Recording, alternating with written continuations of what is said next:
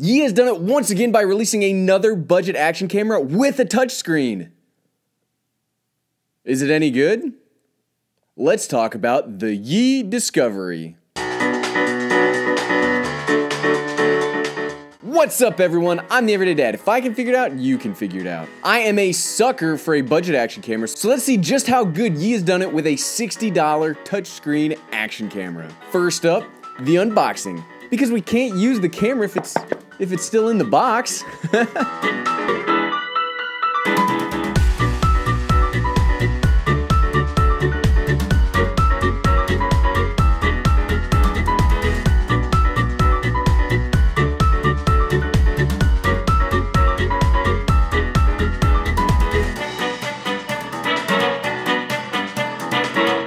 And really quickly, just to get us all on even ground, let's cover some of the basic specs that matter to the average person. It has a Sony IMX179 image sensor, a 150-degree wide angle lens, an f2.4 aperture, it has a 900 milliamp hour battery, and it can record in 4K 20 frames per second. Which means it cannot record 4K in any real usable way. And it does 1080p 60 frames per second, which is really what you're looking for if you're gonna use a budget action camera. On the top, you have the power recording button. On this side, you have the SD card port and charging port. Not a door, by the way. We'll talk more about that later. And on the bottom, you have a battery compartment and no tripod mount. Yes, we will again talk about that later. On the back, you have the very functional touchscreen, and on the front, the lens itself.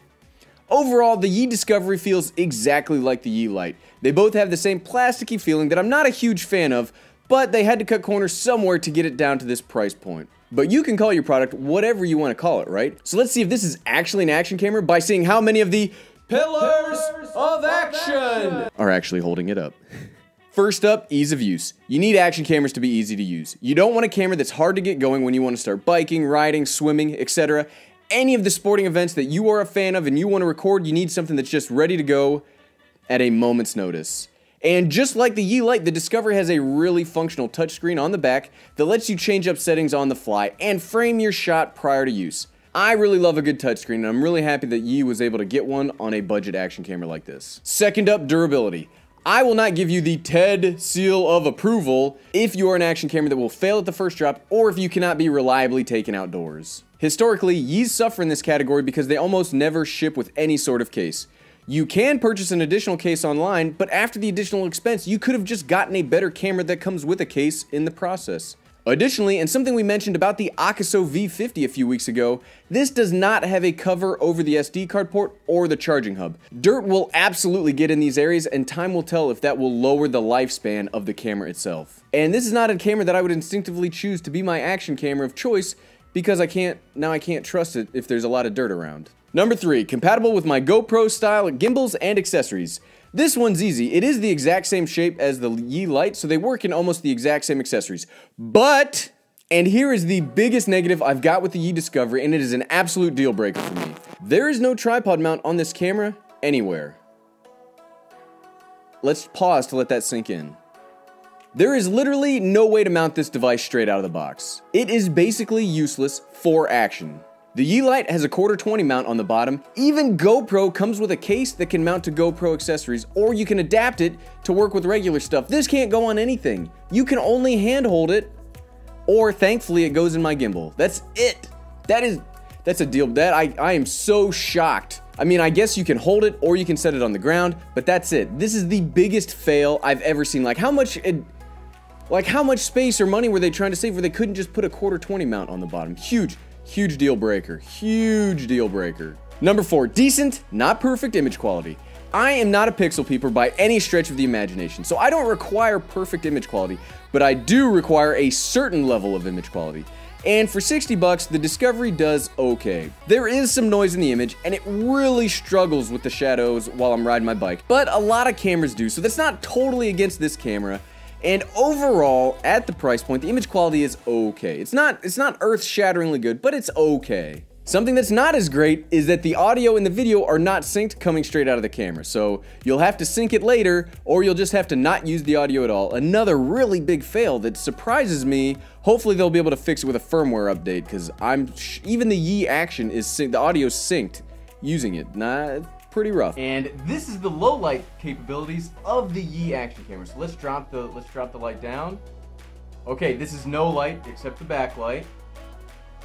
Let's bring it back up. And this is an audio test also. So audio test, 1, 2, 3, 4. There we go. This is as low as it gets. Let's shock it. Ugh. Bring it down. Back up. Down, up, down. Okay, back to the video. Stabilization. The Yi Lite is one of the best budget action cameras on the market right now because for its low price point, you can also get electronic image stabilization. Unfortunately, another one of the things that had to get sacrificed to meet the price point was there is no stabilization in the Yi Discovery.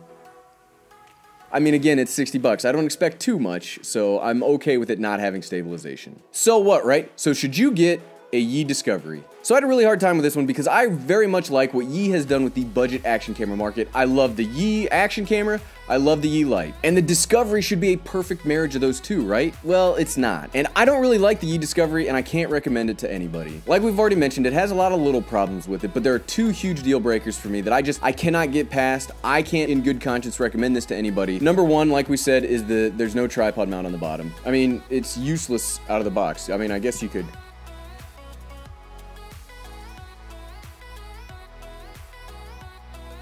I mean, there you go. That's the only way to mount it straight out of the box. And number two is there's no door here on the side. Like, why would you do that? Like, why would you make an action camera that has holes in it? Like, I'm not saying that every action camera needs to be waterproof right out of the box. I'm okay with my Sony FDR X3000. It needs a case to be waterproof, but I do expect it to be able to handle like dust or to handle some dirt. And I really think there's gonna be some durability and lifespan issues with the Yi Discovery because of that open hole. Like, that's so frustrating. Like, so I appreciate that Yi is still trying to push the boundaries when it comes to budget action cameras, and they still have my two favorite budget action cameras out there, the Yi action camera and the Yi Lite, which are great. So it's frustrating to not be able to recommend this one. And so at the end of the day, my budget action camera recommendation remains the Yi Lite. At the price point, it has everything you need in an action camera.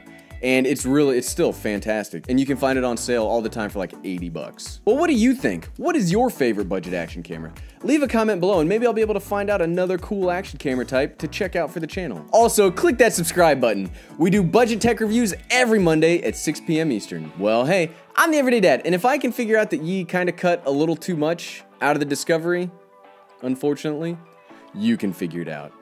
Thanks for watching.